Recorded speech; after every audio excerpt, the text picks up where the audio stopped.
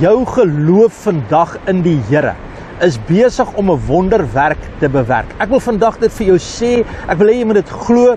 Jy moet vandag die guts bymekaar maak om te sê, ek glo die Here vir die deurbraak. Weet jy, die vyand probeer vir jou sê, dis nie meer die moeite werd om te glo nie. Die vyand probeer vir jou sê, jy moet handdoek ingooi.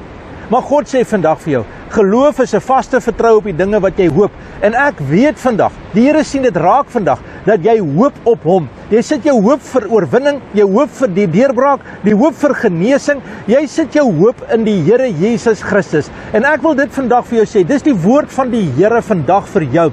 Wanneer jy dit gaan glo, wanneer jy dit aktiveer, want jy het dit in jou, gaan die omstandighede verander. En daardie geloof is die feit dat Jesus Christus gaan vir jou deurkom. Jesus Christus is lief vir jou. Jesus gee om vir jou. Jy is bestem om te wen. Jy's geoormerk vir sukses. Die Here wil jou vandag parkeer in die teenwoordigheid van oorwinning. Daar is hoop in jou en daardie hoop is die bewys dat jy glo. En hou aan glo. Dis nie hoe hard jy glo nie. Dis nie hoeveel jy glo nie. Dis in wie jy glo. Weet jy, baie mense glo in goed, maar dit werk nie.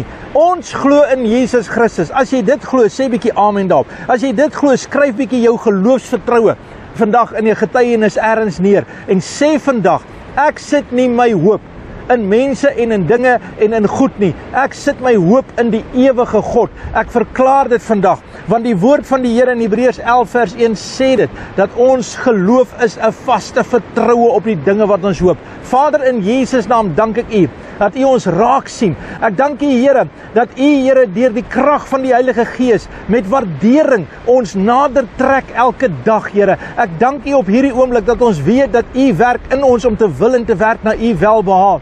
En ek prys U, Here, dat ons kan rus in die vermoë dat Jesus Christus 'n volkomme werk doen. In Jesus naam, amen, en God bless.